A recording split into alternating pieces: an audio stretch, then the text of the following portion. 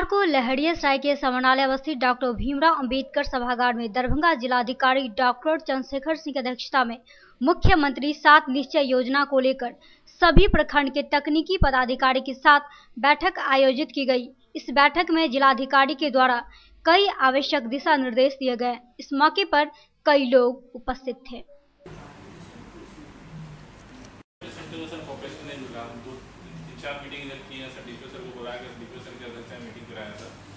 20% ही लोग आते हैं मीटिंग में, बाकी लोग नहीं आते। स्पष्टीकरण भी डिप्टी सर के स्तर से मैंने करवाया है, तो उसका भी जवाब उन्होंने नहीं दिया। तो उन लोगों को टारगेट भी दिया गया था कि कम से कम आप लोग एक कोटे के हिसाब से भी अगर 30 लाते हैं, ऐसे इस बार सर 120 का उन लोगों को टारगेट मिला है स्टेट से कि आपका जो टोटल है वो 120 करना है 3 महीना में। हर सेंटर पर अगर हम लोग गए हैं सर, कहीं 20, कहीं 25, कहीं 30 बच्चे हैं। ये वैसे वाले रजी अहमद है और प्रभाकर जी थे, उनकी जगह पर अकरम रफत है। कहाँ थे इससे पहले? कहाँ? मैं कटिहार में। अच्छा, ऐसे पटना। अच्छा, क्या उपाय है, क्या करते थे वहाँ? दरभंगा एसएसपी मनोज कुमार की अध्यक्षता में शनिवार को क्राइम मीटिंग किया गया, जिसमें आम लोगों से संवाद व्यक्त करने को कहा गया ताकि बढ़ रहे अपराध पर पूर्व से सही जानकारी मिले, जिसे समय रहते रोका जा सकता है। इस नंबर पर जान जाएगा वो कैसे पुलिस काम करती है और समाज क्या है और हमारा लक्ष्य क्या है। कि लगातार है जो 15 दिन मान लिया कि कहीं हाइपोथेसिस है कि कर्फ्यू लग जाएगा, किसी की जिंदगी आसान नहीं गया, किसी को नहीं पता है ना कि हो हल्ला का क्या मतलब है, फालतू का। तो जिनके यहाँ हॉटस्पॉट हैं, तो डिप्टी लोग को विशेष जिम्मेदारी दे देते हैं। हाँ जी, करंट डिप्टी की विशेष जिम्मेदारी है, फंक्शनल हो उसकी विशेष जिम्मेदारी है। हाँ, पंचायत में पड़ेगी ना। हम कहें कि हम इशारा कर सकते हैं, आपको है जो पूरा है जो कहानी थोड़ी लिख के दे सकते हैं।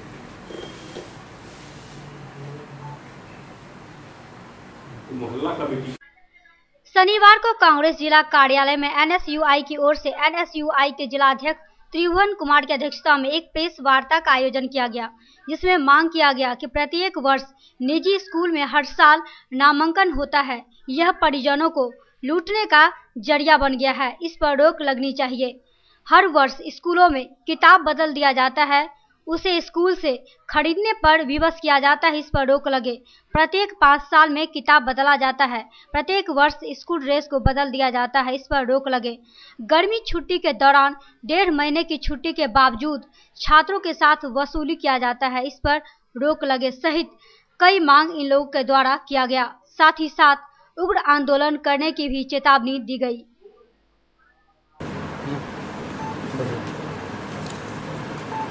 आज दरभंगा एनएसयूआई के द्वारा निजी कोचिंग संस्था स्कूल के खिलाफ प्रेस कॉन्फ्रेंस का आयोजन किया गया है। प्रत्येक वर्ष निजी स्कूल में हर साल नामांकन होता है, यह परिजनों को लूटने का जरिया बनाया गया है, इस पर रोक लगनी चाहिए। हर साल स्कूलों में किताब बदल दिया जाता है, उसे स्कूल से खरीदने पर विवश किया जाता है, इस पर भी रोक लगना चाहिए। प्रत्येक 5 साल में किताब बदला जाए, प्रत्येक वर्ष स्कूल ड्रेस को बदल दिया जाता है, इस पर रोक लगे। गर्मी की छुट्टी के दौरान 1.5 महीने की छुट्टी होने के बावजूद छात्राओं के साथ पैसा वसूली किया जाता है, इस पर रोक लगे। कोचिंग सेंटर के द्वारा तैयारी के नाम पर छात्रों को लूटा जा रहा है। एनएसयूआई मांग करता है कि कोचिंग संस्थानों के फीस को बिहार सरकार और जिला प्रशासन निर्धारित करे। कोचिंग संस्थानों की स्थिति यह है कि कोई छात्र यदि नामांकन कराता है, उससे मोटी रकम लिया जाता है। किसी कारणवश छात्र बीच में छोड़ दे तो उसका पैसा वापस। हम जिला कांग्रेस कमेटी इस मांग समर्थन करते हैं और निश्चित रूप से बिहार सरकार व केंद्र सरकार के द्वारा जो शिक्षा नीति है, उस नीति के तहत आज संपूर्ण शिक्षा जगत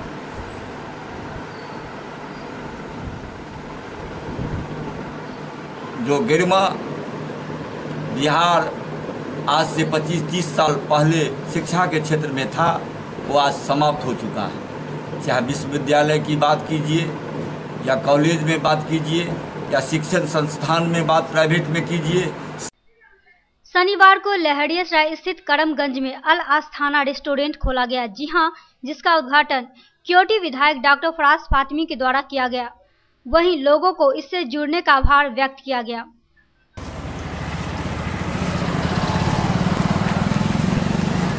ये विधायक जी दरभंगा शहर में रेस्टोरेंट का ओपनिंग हुआ है, क्या कहेंगे? भाई सबसे पहले हम लोग हमारे अब्बा के साथी हैं ये, और ज़माने से अब्बा के साथ हैं। सऊदी अरब में आए हैं यहाँ बिज़नेस स्टार्ट करने के लिए। मैं सबसे पहले रियाज भाई को अपनी तरफ से ढेर सारी मुबारकबाद देता हूँ। और करमगंज इलाके में इतना अच्छा रेस्टोरेंट उन्होंने खोला है। दुआ करते हैं कि अल्लाह ताला इनको और तरक्की दे, कामयाबी दे। और जहाँ तक टेस्ट किया है, टेस्ट का मामला है, खाने का ज़बरदस्त है, मतलब क्वालिटी बहुत ही ज़बरदस्त है, क्योंकि कुक सारे इनके कलकत्ता के हैं। तो निश्चित रूप से एक अच्छा रेस्टोरेंट है, यहाँ के लोगों को इसका फ़ायदा होगा और यहाँ आनंद ले सकेंगे, क्योंकि खाने की जगह दरभंगा में कहीं है नहीं।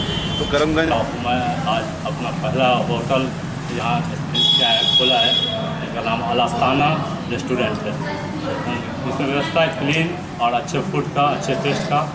और हमने बहुत कोशिश किया है कि बाहर से फूड लाए हैं हल्का वगैरह से, और अच्छा क्लीन टाइडी और होम डिलीवरी सभी रखे हैं। अच्छा व्यवस्था रहेगा। रेट में भी हम औरों से कम रखे हैं और अच्छा क्वालिटी। सबसे बड़ा मेरा 2 चीज़ पर फोकस है, एक क्लीन और अच्छा फूड का टेस्ट है, जो आप लोग टेस्ट करें, आके टेस्ट करें। मेरा नाम मोहम्मद रियाज है। खास तौर से फूड कलकत्ता से मंगवाए हैं। आइटम के नाम पर क्या क्या, मतलब मेन आइटम क्या होगा? अभी चिकन बिरयानी, मटन बिरयानी आपको हो जाएगा, चिकन टिक्का, चिकन रोल, ये सब रहेगा अभी आपको।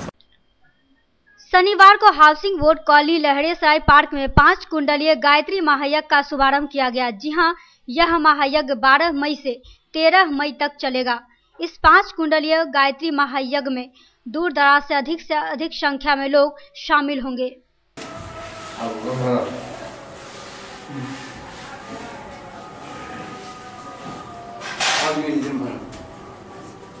गायत्री इस प्रवचन का आपने शुरुआत किया है, इसमें लोगों को क्या मैसेज देना चाहते हैं? गायत्री महायज्ञ और ये प्रज्ञा मंदिर का उद्घाटन यहाँ किया गया है। और इसमें जो है आपको जो है परम पूज्य गुरुदेव के वरिष्ठ पुत्र शांति कुंज हरिद्वार से जग को संपन्न कराने आए हैं, जिसमें विविध तरह के संस्कार आपको निःशुल्क कराए जाएंगे। और इस जग में प्रज्ञा मंदिर का जो उद्घाटन हुआ, ये बाबा हैं श्री राम नारायण यादव, इन्होंने प्रज्ञा मंदिर बनवाया है। और ये 5 कुंडलीय महायज्ञ सह प्रज्ञा मंदिर का जो है उद्घाटन कार्यक्रम में है। इसके साथ इन्होंने जो है 12 कट्ठा जमीन हरहच्चा में जो है सो वृद्धा आश्रम के लिए जो है सो डोनेट किया है।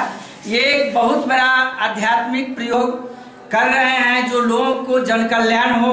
समाज में जो है एक मैसेज है कि अगर आपके पास भगवान दिए हुए हैं तो उसका सदुपयोग करें। और अखंड ज्योति है, इस उम्र में भी 250 अखंड ज्योति और 250 युग निर्माण, जितने भी वरिष्ठ पदाधिकारी से लेकर प्रबुद्ध जन हैं उस तक ये पहुंचाते हैं।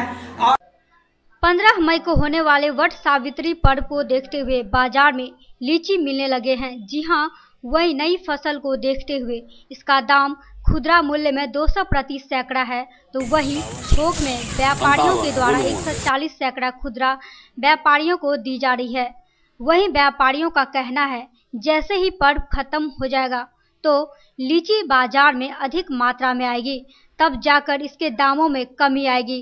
अभी बाजार में इसकी कीमत 200 रुपया प्रति सैकड़ा रहेगा।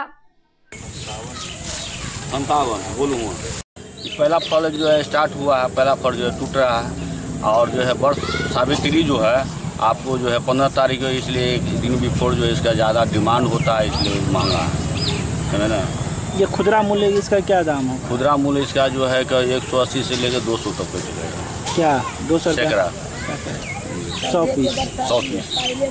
थोक में इसका क्या दाम हो? थोक में 140 है, 140 150 जो प्रकार के हम लोग देते हैं।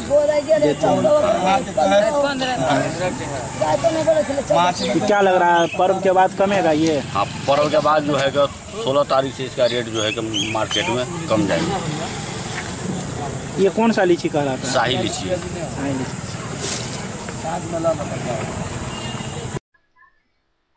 शनिवार को मिथिला विश्वविद्यालय के गृह विज्ञान विभाग तथा महिला अध्ययन केंद्र के संयुक्त तत्वाधान में यूजीसी संपोषित राष्ट्रीय संगोष्ठी का आयोजन विश्वविद्यालय के जुबली हॉल में किया गया। जी हां, जिसका उद्घाटन मिथिला विश्वविद्यालय के प्रति कुलपति डॉक्टर जय गोपाल के द्वारा दीप जलाकर किया गया। इस अवसर पर पूर्व निदेशक बाल संरक्षण आयोग के डॉक्टर निशा झा सहित कई लोग मौजूद थे।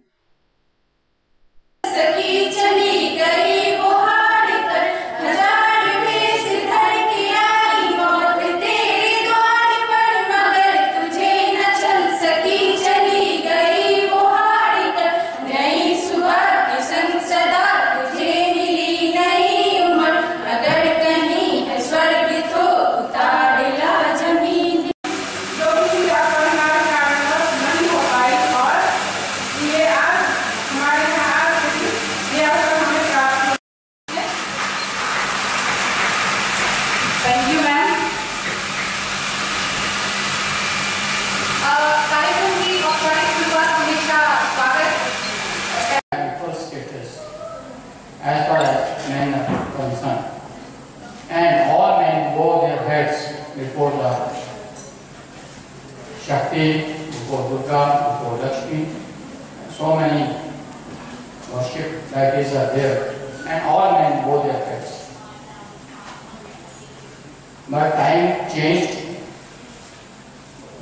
and the role of the woman was limited to very, you can say, in the boundaries of the home.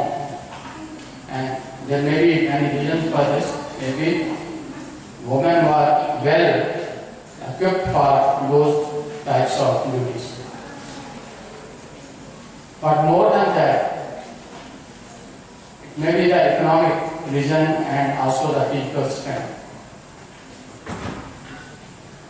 Men being the breadwinner was economically independent, and woman was dependent on the man. And physically also, man is stronger than the woman. So with the passage of time, the men started dominating the woman, and woman became dependent on the man. This I am telling you the anthropology, you can say, the how the status of the woman changed during the course of time. We used to worship the woman, and even now as a deity we worship them. But with the passage of time, men overtook the woman because of their physical strength or because of their economic. इस चीज को रोकना उनके लिए अनिवार्य इसलिए है क्योंकि अपने गांव में, अपने समाज में, क्योंकि कहीं न कहीं से उनका एक रिश्ता है। भले ही वो आपकी काकी ना हो, चाची ना हो, मामी ना हो, लेकिन वो समाज की एक महिला के रूप में है। और एक महिला अगर प्रताड़ना की शिकार होती है तो हम सब उस प्रताड़ना का एहसास करें कि वो एहसास कितना खराब हो। अलवर्दी ITI कॉलेज के सिविल के छात्र को प्राचार्य इंजीनियर शकील अहमद के द्वारा प्रशिक्षण के लिए दिल्ली मोड़ स्थित ब्रिज के निर्माण कार्य के बारे में पूरी जानकारी दी गई। साथ ही प्राचार्य इंजीनियर शकील अहमद ने सिविल के छात्रों को ब्रिज के निर्माण कार्य से जुड़ी हर छोटे छोटे पहलू पर छात्रों का ध्यान केंद्रित किया। बच्चों को हम लोग एक ब्रिज बन रहा है वहाँ पर लेकर आए थे दिखाने के लिए कि ब्रिज कैसे बनता है, और उसके बारे में तमाम जानकारी बच्चों को हमने दी कि उसका फाउंडेशन कैसा होता है, उसके पिलर्स जो है कैसे बनते हैं, कितने mm का पार यूज़ किया जाता है, उसकी डेप्थ कैसी होती है, और नदी का बहाव कितना है, low flood level, high flood level, तमाम चीज़ों की जानकारी बच्चों को दी गई। और जो है बच्चे काफ़ी सेटिस्फाइड हैं, और बच्चों हमको लगता है कि बच्चे आज जो है पूरी तरह जान गए हैं कि ब्रिज का निर्माण कैसे होता है, और यदि उनको बनाने का मौका दिया जाए इसमें तो अपना महत्वपूर्ण योगदान दे सकते हैं। ITI के सिलेबस में क्या ब्रिज का है? जी ITI के सिलेबस में ब्रिज पढ़ना है, पर इतना विस्तार से नहीं पढ़ना है जितना विस्तार से बच्चों को हम लोग बताते हैं। खास तौर से इसलिए बताते हैं कि अपने फील्ड में जाएं और अच्छी नौकरी पा सकें, इसलिए हम लोग अपने सिलेबस को विस्तार से बताते हैं। कितनी मेहनत आप छात्रों के पीछे कर रहे हैं, क्या कुछ नया बदलाव लाने में की कोशिश कर रहे हैं? बदलाव लाने की कोशिश कर रहे हैं कि बच्चों को, जैसे आज ले लीजिए एग्जाम्पल, आज का दिन कि आज हम बच्चों को ब्रिज यहाँ ले आए साइट पर, ऑन साइट लाए हैं और दिखा रहे हैं, जबकि ITI में ऐसा नहीं होता। ITI में साइट पर बच्चों को नहीं ले जाया जाता है और नहीं तो दिखाया जाता है सिविल को, लेकिन हम जो है इस बात में बिलीव करते हैं कि बच्चों को प्रैक्टिकल का नॉलेज सिर्फ कॉलेज में नहीं बाहर भी दिया जाए। पहले भी ये बात हम कह चुके हैं और आज भी ये बात कह रहे हैं। छात्र कितनी रुचि ले रहे हैं, क्या लग रहा है? पूरी तरह छात्र पूरी मेहनत और लगन से इस चीज़ को देखे हैं और एक एक पॉइंट पर हमसे बात की है, हर एक पॉइंट पर हमसे क्वेश्चन किया है कि सर ये कैसे होगा, वो कैसे होगा। हमने बहुत विस्तार से बच्चों को तमाम चीज़ों के बारे में बताया। आपने 2-3 प्रैक्टिकल के लिए छात्रों को बाहर लाया है, तो क्या लग रहा है, क्या कुछ बदलाव छात्रों में, क्या कुछ इंप्रूवमेंट आया है? बहुत ज़्यादा बदलाव छात्रों में आया और छात्र बार बार हमसे कहते हैं कि सर बाहर चलिए, साइट पर चलिए, वहाँ हमको जाना है, सीखना है, क्योंकि वहाँ जाके हमको ज़्यादा समझ में आता है जो कॉलेज में हम नहीं सीख पाते हैं। ऑन साइट यानी साइट पर जाके हम सीख पाते हैं। क्या दरभंगा में सभी ITI ऐसा करते हैं? दरभंगा शहर में यह एकमात्र कॉलेज है जो छात्रों को प्रशिक्षण के लिए लगातार कॉलेज से बाहर ले जाती रही है ताकि सिविल छात्रों की प्रतिभा को निखारा जा सके। प्रशिक्षण को लेकर सिविल के छात्रों में काफ़ी उत्साह देखी गई। कॉलेज से बाहर प्रशिक्षण मिलने पर छात्रों में कहीं न कहीं उन्नति देखने को मिल रही है। छात्रों में लगातार प्राचार्य इंजीनियर शकील अहमद द्वारा कुछ नया करने का जज्बा जगाया जाता रहा है। ये तरीका जो है वो बार बार आजमाइए नहीं, एक बार समझा दिया उस चीज़ को समझ जाइए, ठीक है। ये अगर सिविल को आ गया तो जॉब की कमी नहीं है। सबसे ऐसा संस्थान नहीं, एकमात्र ऐसा संस्थान है, मुझे नहीं लगता है, और आप ही जानकारी ले सकते हैं कि कोई भी ITI कौन सा इस तरह से मेहनत करके बच्चों को ले आए। और ख़ासतौर से हम प्रिंसिपल की बात करेंगे तो उनकी रुचि नहीं होती है, ज़्यादातर चैम्बर में बैठना पसंद करते हैं और हम इसमें बिलीव नहीं करते। हम चाहते हैं कि बच्चे ITI पास होने के बाद नौकरी पाएँ और जो है काम करें, इसलिए हम बच्चों को ऑन साइट ले जाते हैं, तमाम चीज़ें कर सामने होता हुआ दिखाते हैं, क्योंकि कॉलेज में पॉसिबल नहीं है कि हर चीज़ को करके दिखाएं। धूप काफ़ी कड़ी है, तो क्या लग रहा है छात्र इसमें ठीक से मेहनत कर? नहीं, बिल्कुल छात्रों को धूप से कोई प्रभाव नहीं पड़ा है और अपने काम को बहुत अच्छे से कर रहे हैं। और यहाँ से हमने कहा चलने के लिए, तो छात्र कहते नहीं, कुछ देर और रहेंगे और हम देखेंगे और अपना काम। IPL की तर्ज पर दरभंगा के डॉक्टर नागेंद्र झा स्टेडियम में DPL मैच बीते सोमवार से खेला जा रहा है। जी हां, यह क्रिकेट मैच स्वर्गीय ब्रजेश सिंह की याद में हो रहा है, जिसका सेमीफाइनल रविवार को होगा और फाइनल 14 मई सोमवार को खेला जाएगा। वहीं क्रिकेट मैच करा रहे मिथिला क्रिकेट एसोसिएशन के सदस्य ने बताया कि शनिवार को डाउन ग्लेडिस्ट रस और हाशमी अवेजर्स के बीच पहली इनिंग में मैच हुआ, जिसमें हाशमी अवेजर्स ने 6 विकेट से जीत हासिल की। वहीं दूसरे इनिंग में मिथिला थंडर और कैप्टन हीरोज के बीच मैच हुआ। गौरतलब है कि रविवार को सेमीफाइनल मैच 4 टीमों के बीच खेला जाएगा तथा ब्रजेश सिंह के साथ जो खिलाड़ी क्रिकेट खेल रहे थे वे सभी रविवार को 10-10 ओवर का क्रिकेट खेलेंगे। इसका उद्घाटन जो हमारे VC साहब और मेयर ने इनको उद्घाटन किया था। अब ये मैच कल से सेमीफाइनल मैच शुरू होंगे। टीम तय हो गई, लगभग चारों टीम क्वालिफाई कर गई हैं। और ये इनका टीम सेमीफाइनल में ये हमारी ये मिथिला थंडर्स है, हाशमी एवेंजर्स, हसन चौक और लहरिया लायंस ने क्वालिफाई कर लिया इस टूर्नामेंट का। इसका फाइनल मैच सोमवार को किया जाएगा और उम्मीद है कि SSP साहब को दावत दी जाएगी ताकि वो हमारे बीच आए और बच्चों का खिदमत हो जाएगा। आज भी मैच खेले गए होंगे, तो आज किसके बीच? आज के मैच सुबह फर्स्ट आवर वाले मैच हमारे डॉन ग्लेडर्स और हाशमी एवेंजर्स के बीच खेला गया था, जिसमें हाशमी एवेंजर्स ने 8 विकेट से ये मैच जीत लिए। अब किसके बीच? अभी का मैच कैप्टन हीरोज और मिथिला थंडर के बीच खेला जा रहा है। ये आखिरी लीग मैच है, लीग का आखिरी मैच है ये। क्या नाम हुआ आपका? Sajid Hussain, Mithila cricket club.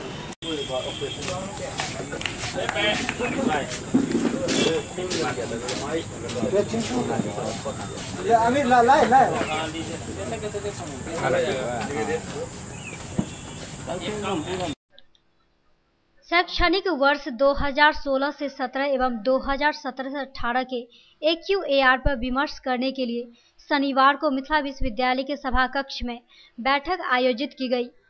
इस बैठक की अध्यक्षता कुलपति प्रोफेसर सुरेंद्र कुमार सिंह ने किया।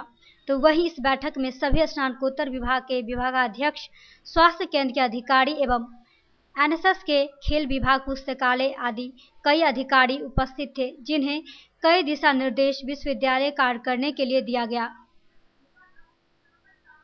लेकिन मैं तो समझता हूं कि स्नातकोत्तर विभाग के कई शिक्षक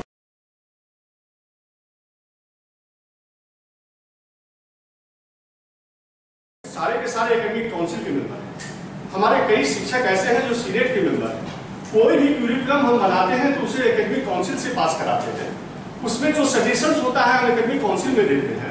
हम सीनेट के माध्यम से पास कराते हैं, उसमें भी हम कोई सजेशंस देते हैं। तो क्यूरिकुलम में हमारी भागीदारी कितनी है ये आप समझ लीजिए। By virtue of your member of the academic council, by virtue of the member of senate, आपकी भागीदारी इस क्यूरिकुलम को प्रिपरेशन से लेकर के सुझाव तक में है और इस बात को दर्ज करना होगा उसको। हम भूल जाते हैं कि हमने ही एकेडमिक काउंसिल में इसको पास कराया था। हम भूल जाते हैं लिखने समय में कि हमने ही सीनेट में इसको पास कराया था। मैं भी सीनेट का मेंबर था तो मैं भी उसमें लिखा था कि by virtue of the member of senate मैं क्यूरिकुलम में भाग लिया। इसीलिए कुछ बातें ऐसी है। मैं देखता हूं कि ये आज वहां चेयरपर्सन होकर के गए हैं इस सेमिनार अपने इस कॉन्फ्रेंस में। हमारे यहाँ के विद्वान शिक्षक कई हैं जो कई स्थानों पर चेयर करते हैं। जब वो आता है सामने कि कितने स्थानों पर आपने चेयर किया, आप रिसोर्स पर्सन के हिसाब से गए या चेयरमैन के हिसाब से गए, तो जितना हम पत्र के माध्यम से जानकारी पाते हैं उतना हम फॉर्मेट में इकट्ठा करते हैं तो हमको नहीं मिलता। जब पिछली जनवरी में एक IQAC की बैठक हो रही थी और टोटल साइंस के जो है डायरेक्टर उनको बुलाया है, लाइब्रेरी के इंचार्ज जो है उनको भी बुलाया था, वो अभी नहीं आए हैं। अब ये सवाल उठता है कि कितने 2015 तक का 16 तक का हम दे चुके हैं, तो 16 तक में लाइब्रेरी में कितनी पुस्तकें थी, 16-17 में कितना हमने एडिशन किया जर्नल या पुस्तक में, वो हमको फिगर चाहिए। 16-17 के बाद 17-18 में कितना एडिशन हुआ वो हमको चाहिए। और हर विभाग में लाइब्रेरी तो है, तो वो लाइब्रेरी में कितनी पुस्तकें हैं हर विभाग के लाइब्रेरी में, वो संख्या। तो जितने सेंट्रल लाइब्रेरी में है, जितने हमारे हर एक विभाग के लाइब्रेरी में है, सारे अगर पुस्तकों की संख्या और रिसर्च जर्नल की संख्या हमको मिल जाती है और हम लिखते हैं तो हमारा AQAR एक अच्छा AQAR तैयार हो सकता है। समस्तीपुर मंडल रेलवे में नए DRM RK गुप्ता ने पदभार संभाला है। जी हां, पदभार ग्रहण के बाद RK गुप्ता शनिवार को दरभंगा स्टेशन पहुंचे, जहां उन्होंने स्टेशन परिसर का औचक निरीक्षण किया, जिसमें उन्होंने वॉशिंग पिट, प्लेटफॉर्म, साइकिल स्टैंड सहित कई जगहों का निरीक्षण कर कई दिशा निर्देश देते हुए साफ सफाई पर ध्यान देने की बात कही।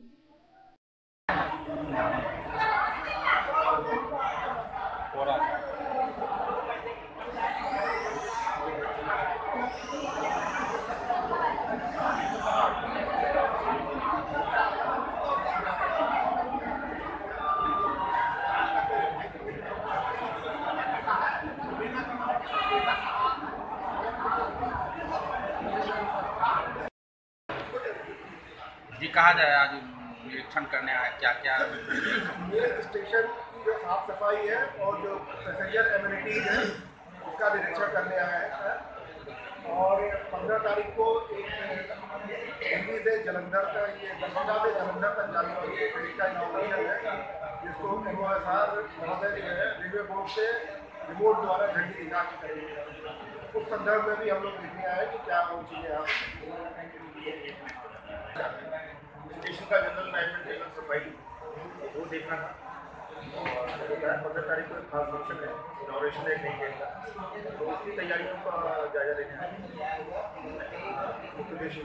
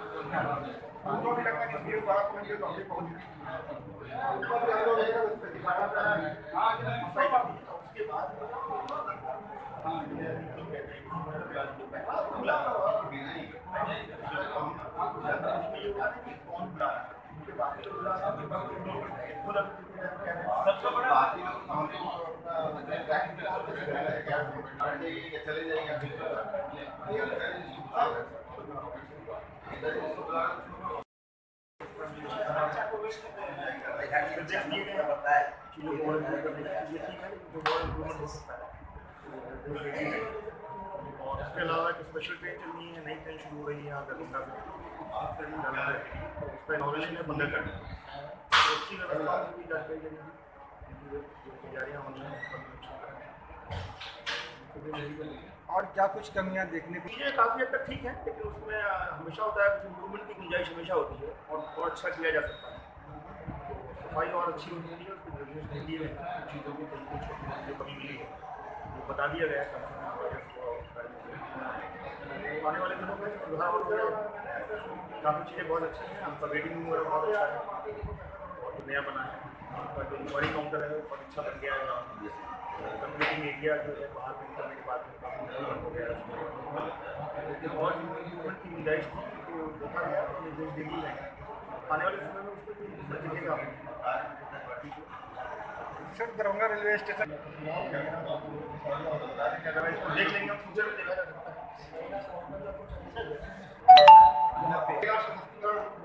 उसको करने की कोशिश बहुत अच्छी बात है सर, रेलवे का बहुत अच्छा है। जितने लोग हैं उसकी कम से कम 15% महिलाएं तो आती ही होंगी। आप बस काउंटर है तो एक सोचा जा सकता है, तो आप करेंगे।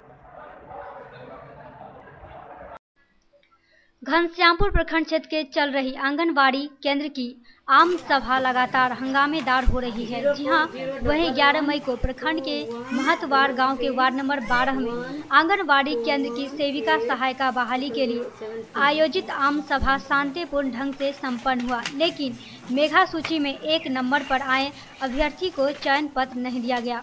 जानकारी के अनुसार 1 नंबर की अभ्यर्थी रिंकू कुमारी का शैक्षणिक मूल्य प्रमाण पत्र नहीं था, जिस कारण चयन नहीं किया गया। वहीं दूसरी तरफ सुपरवाइजर शांति कुमारी ने कहा कि उच्च अधिकारी से इस संबंध में बात कर आगे की कार्यवाही की जाएगी।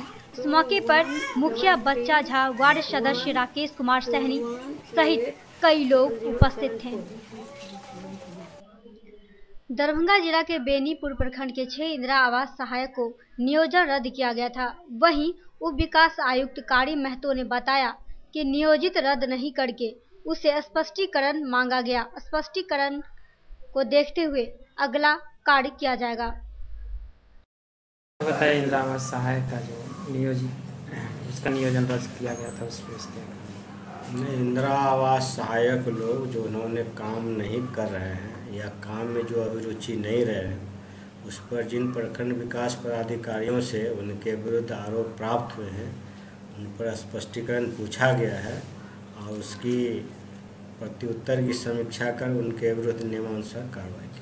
क्या सर और भी प्रखंडों में इस तरह की हाँ, कई लोगों पर प्राप्त हुआ है जो कार्यों में अभिरुचि नहीं ले रहे हैं और जिसके कारण क्या हो रहा है कि जो अपेक्षित प्रगति होना चाहिए वो नहीं हो पा रहा है। तो ऐसे लोगों को कोई आवश्यकता नहीं है। यदि कार्य में प्रगति नहीं हो रही है तो आवश्यकता नहीं होगी और स्पष्टीकरण पूछ के जिला पदाधिकारी महोदय के समक्ष इसे उपस्थापित किया जाएगा और नियमानुसार कार्रवाई की। जिला परिषद अध्यक्ष के पति राम लखन पासवान ने कानून का सम्मान करते हुए लहरियासराय थाना प्रभारी राम किशोर शर्मा, वरीय पुलिस अधीक्षक मनोज कुमार के दिशा निर्देश का बखूबी पालन करते हुए वाहन चेकिंग अभियान लहरियासराय थाना अंतर्गत चलाया गया, जिसमें सरकारी पदाधिकारी एवं जनप्रतिनिधि पदाधिकारी भी इस कानून का सम्मान करते हुए अपना बिना हेलमेट के कारण सरकारी नियमानुसार फाइन काटा गया। साथ ही परिषद अध्यक्ष पति ने लोगों को कहा कि हेलमेट लगाने से कानून का सम्मान भी होता है और अपने भी सुरक्षित रहते हैं, जो कि आज के दौर में भाग दौड़ की स्थिति बाइक सवार के लिए बनी हुई है। दिन प्रतिदिन काफी घटना घटित हो रहा है, जबकि जांच करने पर पता चलता है कि किसी के पास हेलमेट नहीं रहने के कारण इनका सर सुरक्षित नहीं था, जिसकी वजह से मौत के मुंह में चला गया। साइकिल चलाते हैं उनको हेलमेट पहन करके गाड़ी चलाना ही चाहिए, वो उनको भी सुरक्षा होगा कि हाँ मैं सुरक्षा से गाड़ी चला। आप भी आदमी बिना हेलमेट के वाहन चेकिंग के दरमियान में खड़ा है।